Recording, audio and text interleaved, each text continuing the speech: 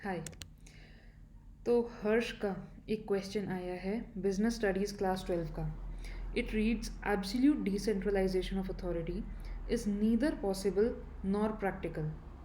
Is this true और false and give reason also. Interesting question है chapter 2 principles of management में से।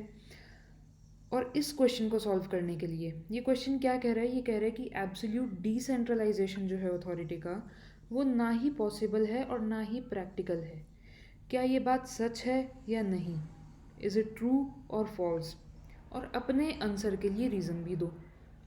तो इस क्वेश्चन का आंसर करने से पहले सेंट्रलाइजेशन और डिसेंट्रलाइजेशन को थोड़ा सा डिटेल में समझेंगे। सेंट्रलाइजेशन क्या है?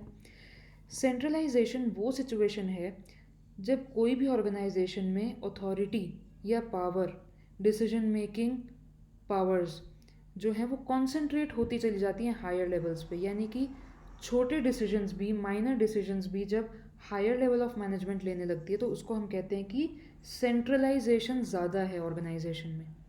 डिसेंट्रलाइजेशन क्या है? डिसेंट्रलाइजेशन एग्जैक्ट ऑपोजिट है। डिसेंट्रलाइजेशन के केस में जो अथॉरिटी है, जो पावर्स हैं डिसीजन मेकिंग के पर्सपेक्टिव से, वो डिसेंट्रलाइज हो जाती हैं, वो डेलीगेट हो जाती हैं लोअर लेवल्स ऑफ मैनेजमेंट पर। इमेजिन करो एक एमएनसी, उसके मल्टीपल ब्रांचेस हैं, मल्टीपल ऑफिसेज हैं। क्या उस सिचुएशन में ये पॉसिबल है कि एक ब्रांच में कुछ स्टेशनरी रिक्वायर्ड है, उसका डिसीजन भी कंपनी का फाउंडर सीईओ ले? पॉसिबल नहीं है। तो उस केस में डिसेंट्रलाइजेशन आपकी कुछ रिस्पेक्ट में हो रही है। अब डिसेंट्रलाइजेशन कितनी करनी है, कैसे करनी है, या कितनी सेंट्रलाइजेशन करनी है, वो ऑर्गेनाइजेशन टू ऑर्गेनाइजेशन डिफर करता है, बहुत सारे फैक्टर्स पे डिपेंड करता है। एक इम्पॉर्टेंट फैक्टर है कि ऑर्गेनाइजेशन का साइज़ क्या है, कितने लोग इन्वॉल्व हैं। अगर ऑर्गेनाइजेशन में है ही गिनती के लोग, यानी कि अगर से एक ही पर्सन है जिसने ऑर्गेनाइजेशन स्टार्ट की है, या 2 लोग हैं, 3 लोग हैं, 4 लोग हैं, तो ज़्यादा सेंट्रलाइजेशन डेफिनेटली होता है। अगर ऑर्गेनाइजेशन ज़्यादा बड़ी है, कोई एमएनसी है, किसी की मल्टीपल ब्रांचेस हैं, तो उस केस में डिसेंट्रलाइजेशन ज़्यादा होती है। अब आते हैं क्वेश्चन पे। क्वेश्चन कह रहा है एब्सोल्यूट डिसेंट्रलाइजेशन।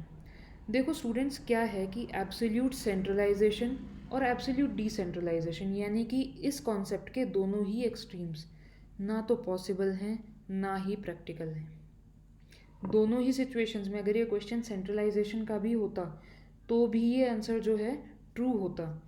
क्यों? एब्सोल्यूट सेंट्रलाइजेशन का सिनेरियो क्या होगा?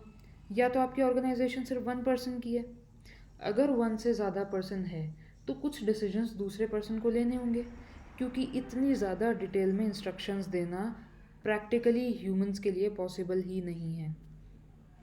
तो इसलिए एब्सोल्यूट सेंट्रलाइजेशन की पॉसिबिलिटी भी बहुत मिनिमम है।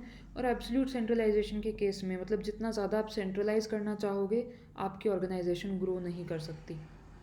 इमेजिन करो अगर इंडिया स्टेट्स में ना डिवाइडेड होता और पूरा इंडिया यूनियन गवर्नमेंट गवर्न कर रही होती, तो it would have been very very difficult, क्योंकि हर एक स्टेट की रिक्वायरमेंट अलग है, उनको समझने के लिए डेडिकेटेड लोग चाहिए जो फुल टाइम उस पर काम कर सकें। इनफैक्ट इंडिया ने तो पंचायत मॉडल भी इम्प्लीमेंट किया ताकि ज़्यादा डिसेंट्रलाइजेशन हो सके।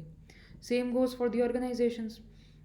अब एब्सोल्यूट डिसेंट्रलाइजेशन क्यों पॉसिबल नहीं है? वो इसलिए पॉसिबल नहीं है क्योंकि अगर एब्सोल्यूट डिसेंट्रलाइजेशन होगा, दैट वुड मीन कि उस ऑर्गेनाइजेशन में every individual is free to do whatever he और शी वॉन्ट्स टू डू।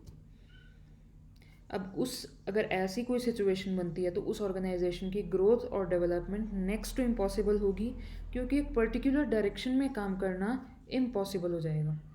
तो एब्सोल्यूट डिसेंट्रलाइजेशन भी जो है वो पॉसिबल नहीं है। हर ऑर्गेनाइजेशन को सेंट्रलाइजेशन और डिसेंट्रलाइजेशन का एक परफेक्ट बैलेंस बनाना चाहिए, बनाने की कोशिश करनी चाहिए, डिपेंडिंग ऑन वेरियस फैक्टर्स। वो किस इंडस्ट्री में हैं, उनके बिजनेस की कॉम्प्लेक्सिटीज़ क्या हैं, उनका क्या ग्रोथ रेट है, एंड स्टफ लाइक दैट। तो I hope that answers your question Harsh. Bye bye.